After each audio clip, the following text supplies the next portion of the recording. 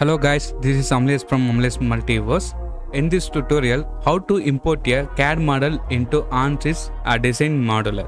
Okay, there are two possible way you can directly import the external CAD model into ANSYS. For an example, I'm show every method step by step. The first method is you just go to geometry, then click right button of your mouse. Here you can see the new space climb geometry, new design modeler geometry and import geometry.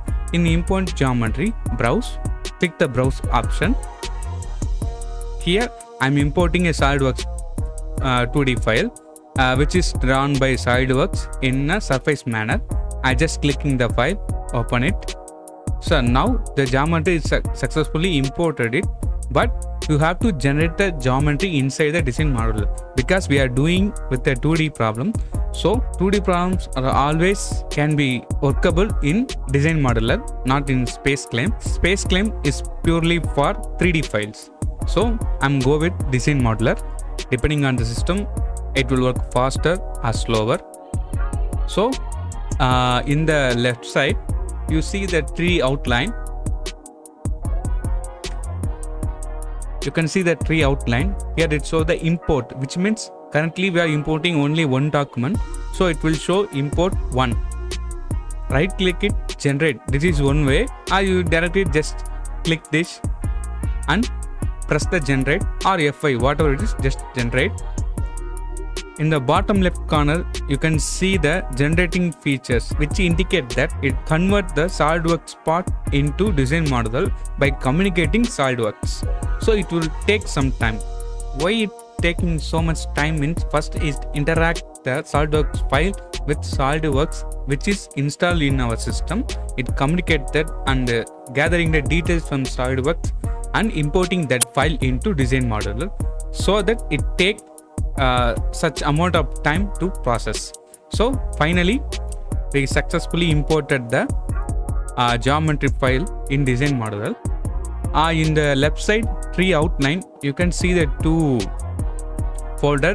The first one is geometry, the second one is part or body diagram. You see the plus icon, just press it. You can see it's a surface because in SolidWorks we drawn that as a surface, so which will clearly indicate that. In below that you can see the details view. This is used to basically explain the geometric model. If it's 3D, it will give all the information related to that particular geometry.